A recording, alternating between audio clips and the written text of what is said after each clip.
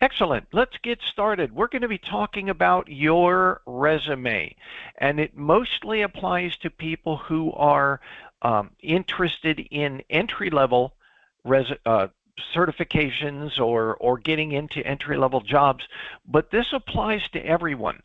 I have over 20 years experience as a hiring manager and a program manager in IT and cybersecurity. I have done this hundreds of times. And so I want to make sure, well, more than hundreds of times, because in one case, I made our team grew to 115 people, just the group that I had, and I had to hire every single one of them. So obviously that was 100 resumes right there. When I was in the Pentagon, at one point there were 5 of us. And then the next year there were 9 of us. And then the next year there were 27 of us. So, I had to do a lot of interviews. I had to do a lot of reviewing of resumes. And I saw many, many resumes that didn't interest me at all. So I'm trying to show you the things that will make your resume successful when they go through the process. You tend to take your resume and you submit it and you have no idea what happens. Well, this is going to describe to you what occurs at an organization or a government entity. Well, I'm not going to do government. I'm going to do just industry, a .com, a .org, an actual corporation, okay? So what happens to your resume? Let's start off with, this is where we're going to go through. These are the steps that I'm going to cover here. Who looks at it? What do they look for? And then how to be successful when you now know what to do. So first thing, isn't my resume the resume? Well, not exactly. Let's start with an icebreaker.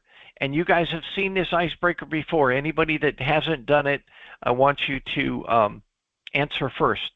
But the question is, complete the sentence that I found on LinkedIn.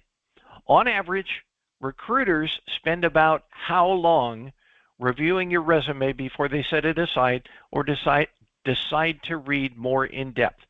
A, 30 seconds, B, 15 seconds, C, 10 seconds, or D, 7.5 seconds.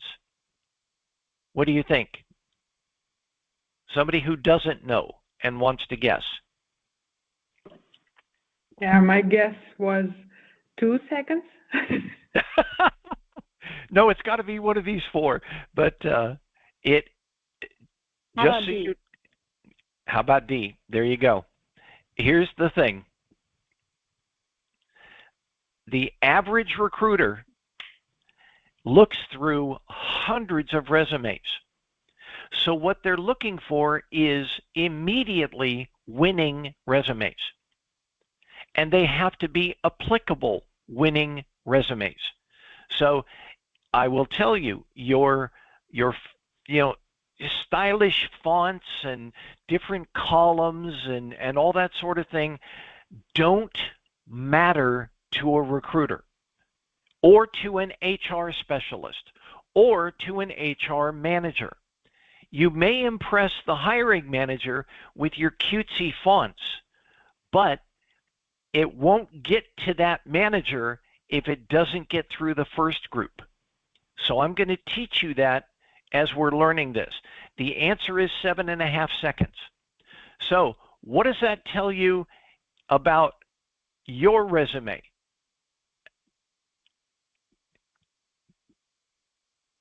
If it takes them 7.5 seconds to look at your resume before they set it aside or decide to look at it a little more in depth, they will never, ever get to the later pages.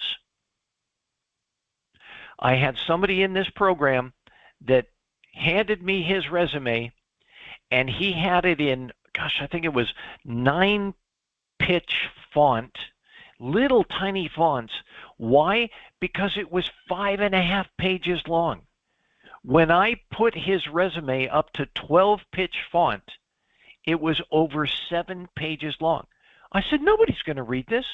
They are never going to get past page 2. So never have your resume be so monstrous that they're not even going to look at it. Remember this thing from the industry, 7.5 seconds is all you've got. And they're going to bypass you in a heartbeat if your resume is too long. So make sure it is focused and make sure it is brief enough to where they'll grab the important stuff. Not everything you've done. I was a checkout person at Walmart. No. That goes later on. Put the power where they can find it. And we'll talk about that a little bit here. So I have some what I consider to be entry-level cybersecurity positions. And you notice some of them are kind of general, cybersecurity specialist or cybersecurity analyst. Well, what do they do? Not quite sure. However, there are others. If you're an incident and intrusion analyst, you're doing a lot of very specific work. What about an auditor? You're doing very specific work. A GRC analyst, same thing. Risk and compliance is what the R and the C stands for. So you're looking for risk and compliance. A pen tester, very specific work that you do. And I will tell you, if you are a pen tester, you are not doing GRC analyst work, and vice versa. So when you are looking into cybersecurity careers, don't think that one resume is going to work for all of these different positions. It just won't work. So I'm just giving these as some examples, and I ask here, would any resume match the specialized requirements for all of the positions? And the answer is no. So when you say I have a resume, that's already an error in your thinking. One resume won't match all of these. So at one point, when I was heavy duty on my career search, I had 5 resumes. 5 different resumes. One was focused on one area of my specialty. One was focused on my management. One was focused on, other things that I had done. One was on my education, etc. So just be prepared to have a resume for each area of specialization that interests you. Okay? Here's my quote, if you want to quote me. The winning resume will demonstrate to the reader, I'm going to tell you who those readers are later on, how closely you match their vacancy announcement. Think about it. That's the target. If they have a vacancy announcement and you put your resume in for that, the first thing they're going to do is they're going to say, vacancy announcement, your resume, do they match? Okay? Not you and your skills. They're going to start with, what do we need first? Then they're going to try and plug you into that. Okay? So one of the ways to do it is to compare your resume every time you look at a vacancy announcement. And it may cause you to rearrange it a little bit, emphasize certain things that you thought weren't that important, bring them forward on your resume, bring them higher up so that people can see them, and sometimes even change the verbiage inside. For example, if they're looking for MySQL, MySQL, and your experience is in SQL or is in Oracle, you can change it to say database server. Instead of, if they're looking for MySQL, but you don't have MySQL experience, get as close as you can to that. Why? Because that's what they're looking for. Not necessarily, I'm really good with Oracle. Okay, well, what is Oracle? Only Oracle folks know what that is. If you're trying to bridge the gap between SQL and Oracle, or SQL and MySQL, you may need to use some generic terms so that the reader understands that your skills are relevant. It may not say Oracle on it. It may not say MySQL on it, but they can do some inferring from your statements. Okay? Try to match as many of their phrases as possible. And I'm going to talk about that as we go. It's okay to emphasize, but do not embellish. I've seen some AI out there that is horrid. I can recognize AI very easily because AI has no limits. AI is allowed to pull its information from wherever, the large language model that's out there. And I heard somebody once say that there are only about 5 large language models in play worldwide, and they're plugged into one or more of those large language models. Nerman. I just want to add something since you're talking about this. Yeah, if you're also using AI to create your resume based on job description, just be aware and pay attention. AI will even like create fake position. Like Yes. let's say like they're asking for like SAC analyst tier 1. The AI will make that you work somewhere as a SAC analyst tier 1, and will add something that you did in that kind of organization. And people don't pay attention. People just copy and paste. Yep.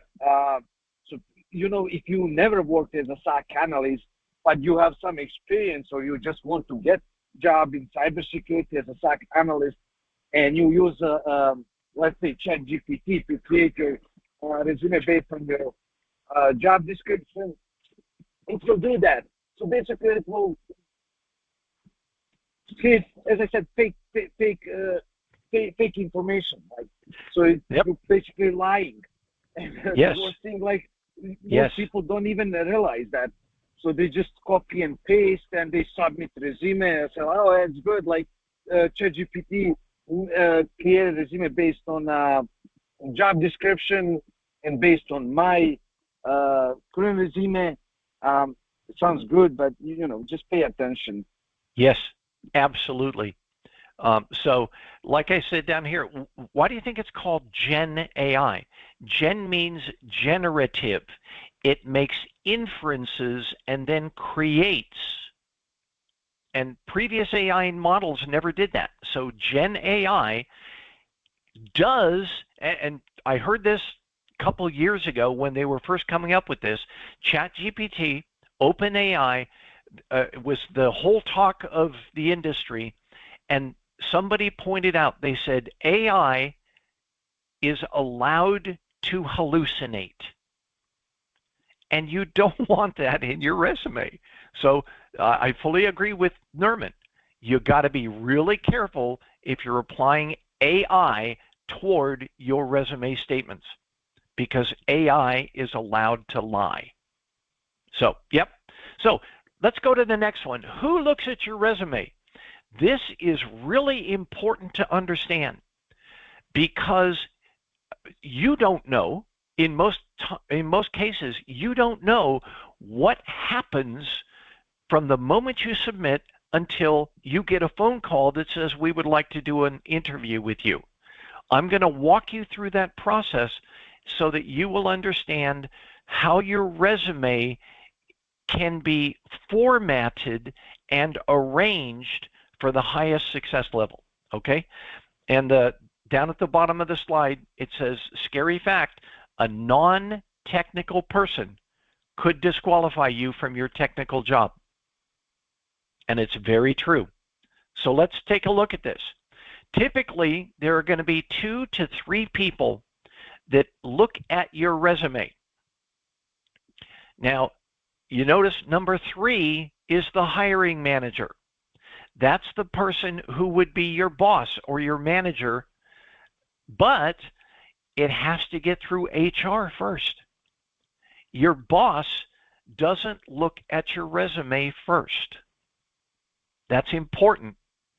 So it starts usually in many organizations. I was in a company that was about 200 people, and of those 200 people, like 4 of them were HR people. 1 manager, 3 specialists, and so your resume comes in, it goes through an HR specialist who looks at it first to say, is this resume in the ballpark? And then maybe it has to go to the HR manager. I'll talk about this in a minute. And only after it passes those 2 will the hiring manager even see it. Why? Because the hiring manager is busy doing the work. They don't have time to look at the 100 or 200 resumes that arrive. They want HR to weed out the unacceptable resumes, the stupid resumes, etc. I don't want to spend my time on them. I'm out here earning money for the company. HR, you do your job. I only want the resumes that are going to fit. Okay? That's the mindset that the hiring manager has. I don't want all the resumes because many of them are incorrect. Somebody submits resumes, that doesn't mean they're qualified. Okay, so let's take a look at it. The HR specialist, they're looking at minimum requirements. Does this person, this applicant, meet minimum requirements? But some of those minimum requirements aren't technical. Do they have citizenship or right to work? How many years of experience or education? Because remember, sometimes they say this many years of education or this degree will substitute 4 years of experience. That is the HR specialist's job. Then they look at your salary requirements and say, is this person, if the job pays $80,000 and this person says, I want $200,000, they know that they're not going to be able to get anywhere near this person's salary requirements.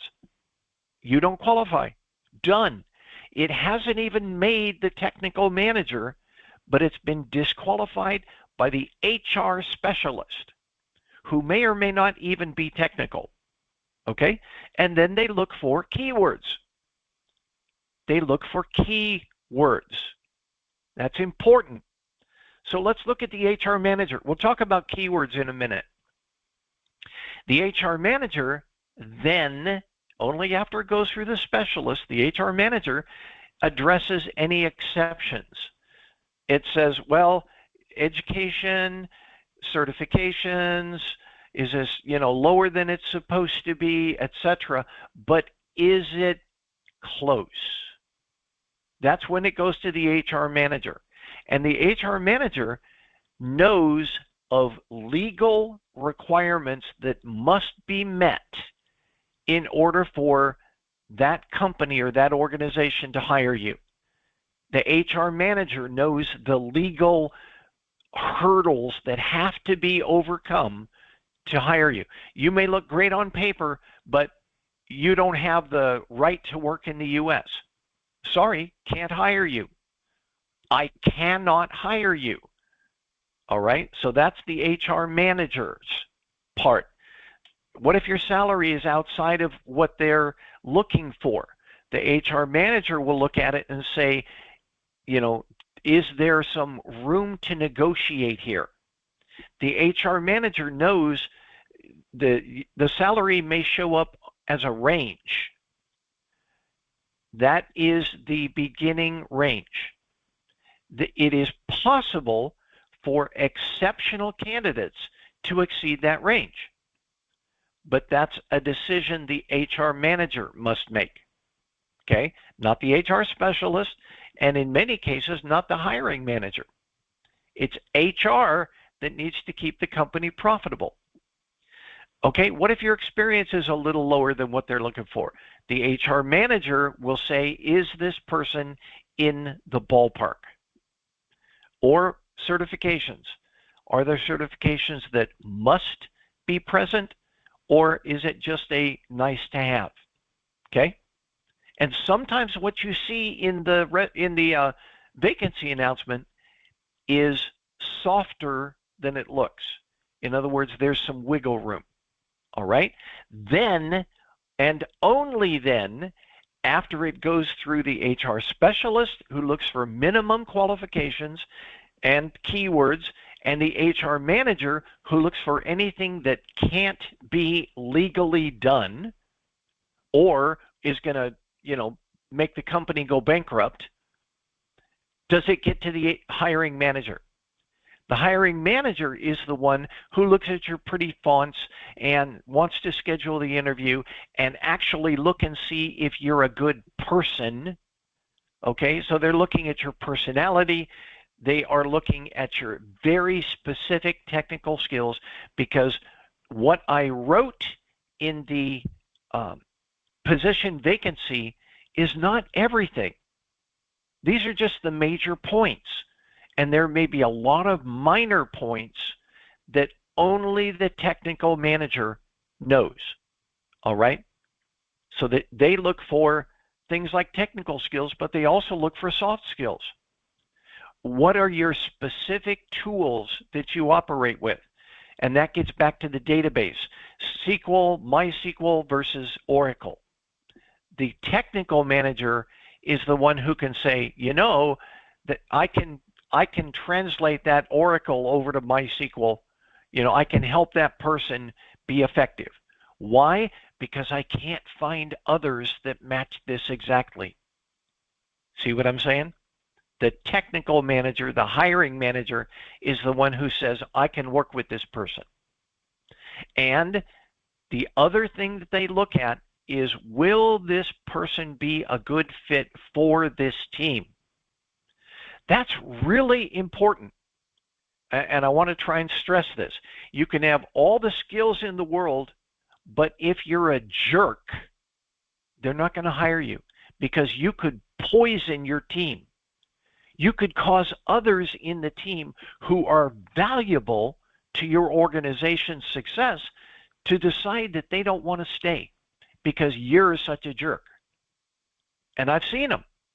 I have gotten rid of poisoned employees who walk into a job and they're like, I'm the best, I'm the greatest. I can do anything. Well, okay, but if you're scaring off your coworkers, eating their yogurt in the fridge or something, you're not a good fit. So that's where the technical manager gets on and looks at your personality and says, I know everybody on this team. Are you going to be a good fit? Are you going to be an asset when you arrive? All right? That's the hiring manager. It's not the HR specialist. They were first. It's not the HR manager. They were second. It's the technical manager, the one that says, let's have an interview, and then conducts the interview with you. So here are some resume tips for you. Just some things to think about and consider in your own resume. All right? The resume, a perfect resume, demonstrates that you meet the minimum requirements, you match the vacancy announcement 100%, we'll talk about that, and you don't exceed the maximum salary. Okay? That's a perfect resume. Now, I wanted to speak, you notice down at the bottom, I heard this when I attended a WESIS, Women in Cybersecurity, conference. They had an online forum where they had a panel of 4 different cybersecurity leaders, all women, talking to women about cybersecurity. And they pointed this out. to the point where when one person said it, I was watching the panel. When one person said it, all 4 of the women nodded. Okay? That's a clue that you need to be paying attention. The WSIS cybersecurity women said, we women have a problem. Men tend to submit their resume when it meets maybe 50 to 60% of the minimum requirements necessary to be hired. 50 to 60%. This woman, I'm not saying it, this woman said, we women wait until we're 90 or 100% before we even try and submit our resume. And that's why we get hired less than men, because men take a chance. So if you are female and you are looking at your resume and it looks like it's coming close to matching the requirements, submit. Submit your resume, even if it looks like you're only 50 to 60% matching the requirements. Don't be the one who counts yourself out before you're even considered. Submit and let them be the bad guys. Okay? And that I'm just saying that. I saw this on a woman's panel, and so I wanted to bring it to your attention. They all agreed that women wait until their resumes match a higher percentage of minimum requirements before they submit, and that is in error. All right? So submit, submit, submit, submit.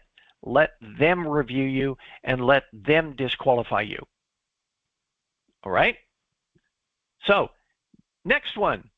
Here's something that a hiring manager can do. I know that I did it a lot when I was in my roles as a hiring program manager. There's the vacancy announcement, and it's got some things in it, like keywords.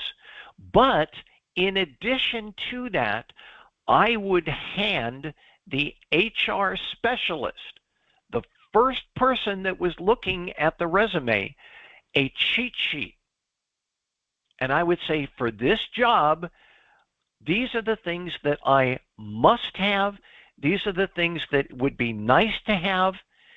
And you should watch for them in these resumes, because they will help you evaluate whether a resume really does meet the minimum requirements.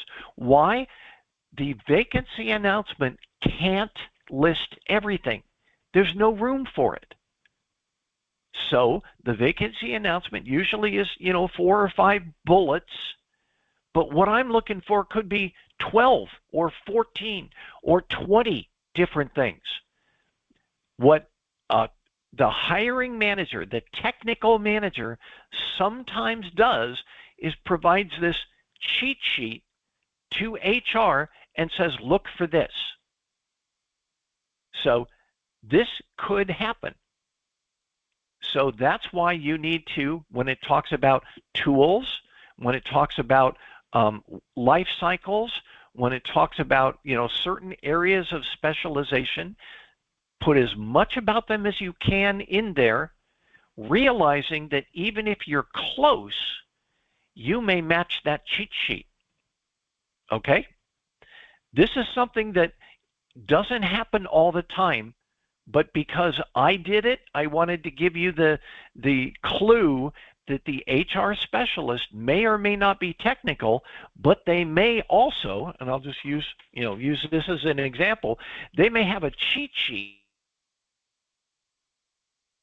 that says, look for this, look for this, look for this, look for this.